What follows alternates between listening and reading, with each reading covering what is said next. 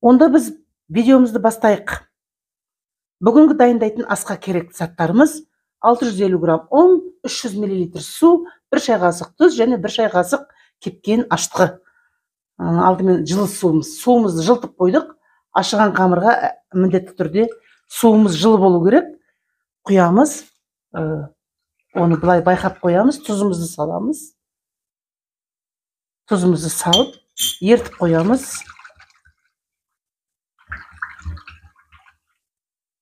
Тұзымызды ертіп алғаннан кейін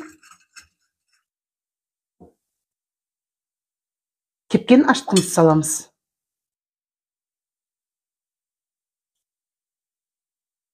Араластырып қоямыз. Және қалауларыңыз бойынша бір 20-30 мл сұйық май салсақ болады, құйсақ. Бір ас қасықтай. Бір ас қасық сұйық май. Енді ұнды саламыз жайлап, жартылай, алдымен жартылай.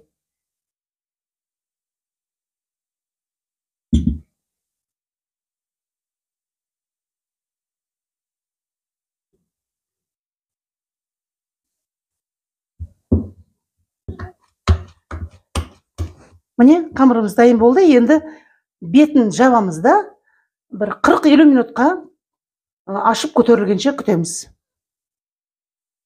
Қамырымыз көтерілем дегенше біз ішіне салатын салмасын дайындайтын боламыз. Ол үшін бізге 400 грамм сиырдың еті дайындап қойдым мен, және 500 грамм пияз дайындап қойдым. Қазір 500 грамм пиязды ұсақтап турайтын боламыз.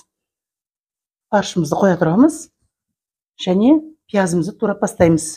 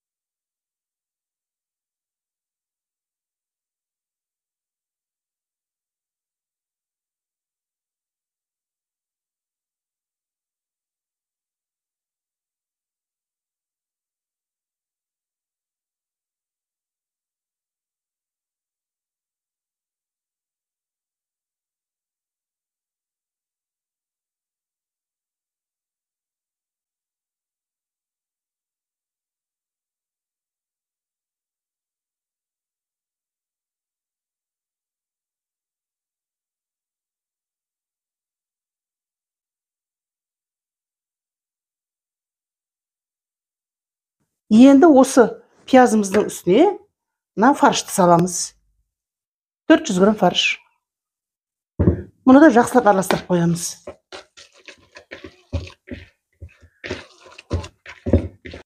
Ісімізді жалғастырамыз. Енді біз жағып жейтін жаңағы тамағымызға тұздық дайындайтын боламыз. Ол үшін бізге мынандай үгітілген қып-қызыл ащы бұрыш керек. Бір 3 ас қасық. Және мынау қатты үгітілмеген жапырақ болған ащы бұрыш. Және мен ұсақ үккіштер өткізіп қойдым.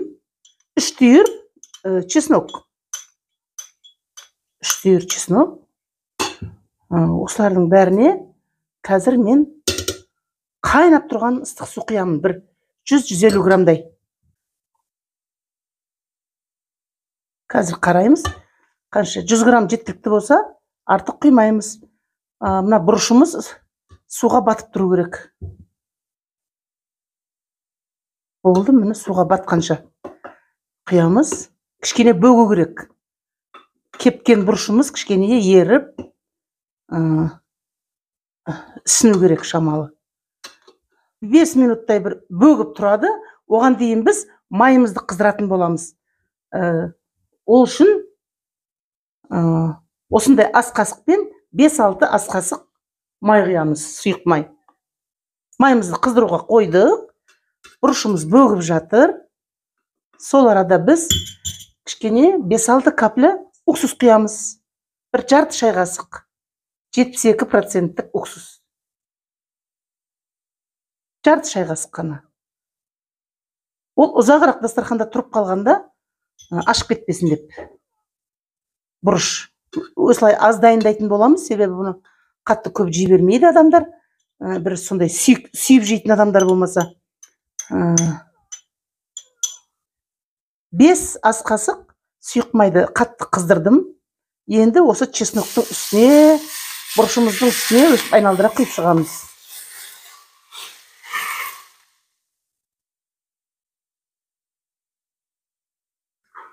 Жақсылап араластырып қоямыз. 1 шай қасық тұз саламыз. 1 шай қасық толтырып.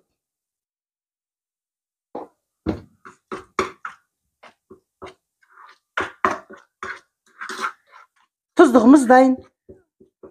Тамағымыз піскенде бетіне жағып жей беруге болады. Және осы тұздыққа өздеріңіз қалауларыңыз бойынша кептірілген, үгітілген кинза немесе зира қоссаңыздар да болады. Бірақ мен оны қоспайын дедім бүгін.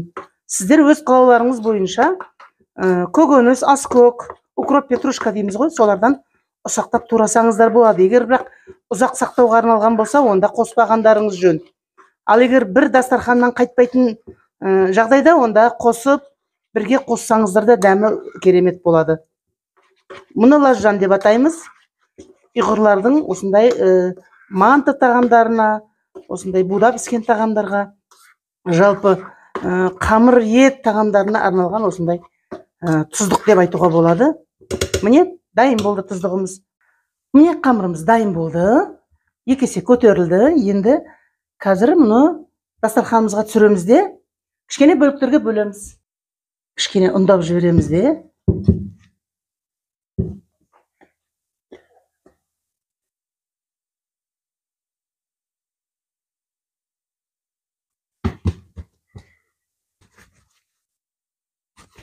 Осылай ұзын-ұзын 2 осындай колбаска дайындаймыз да. Кішкентай бөліктерге бөлеміз.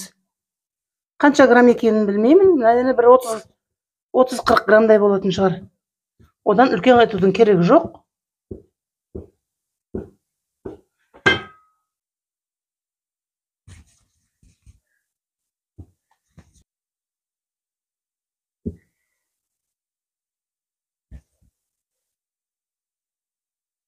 Бір 5-10 минутқа жаба тұрамыз. Қамырымыз кішкене көтерілді. Енді бұлай төңкереміз де басып шығамыз. Кішкене майлабасақ болады қолымызды. Енді салмамызды салып шығамыз. Осындай кішкентайдан ғана. Грек жаңғағы сияқты размер. Үлкендігі салмамыздың. Қамырымызда кішкентай.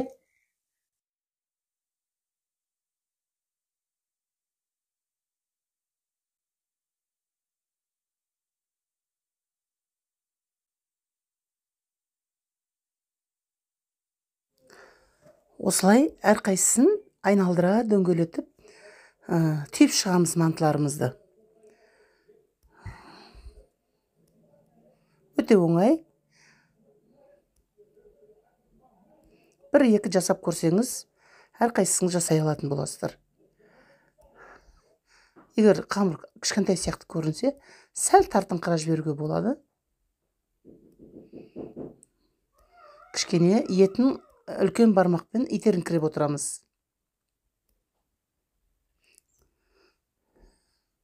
Міне бәрін түйіп дайындап қойдық. Енді манты қасқанымыздың табасын майлап, табанын соған жайғастырамыз да. Мантоваркада 35-40 минут буда пісіретін боламыз.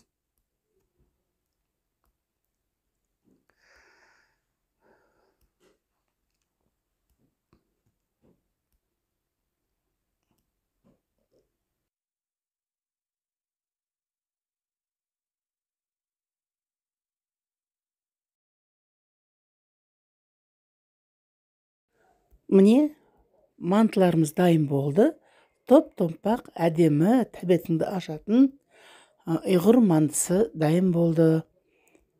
Буы бұрқырап, иісі аңқып, тәбетіңді ашады.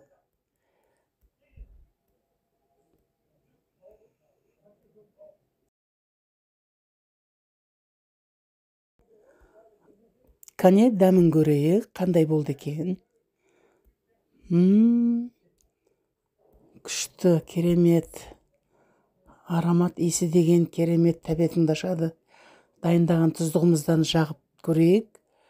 Енді ащы тағам жақсы көретіндер үшін бұл өте тамаша, керемет зат.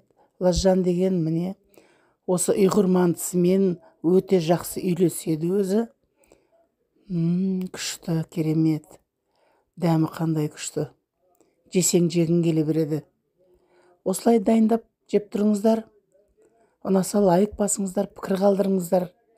Менің каналыма тіркелмеген болсаңыздар, тіркеліп кетіңіздер. Ас болсын.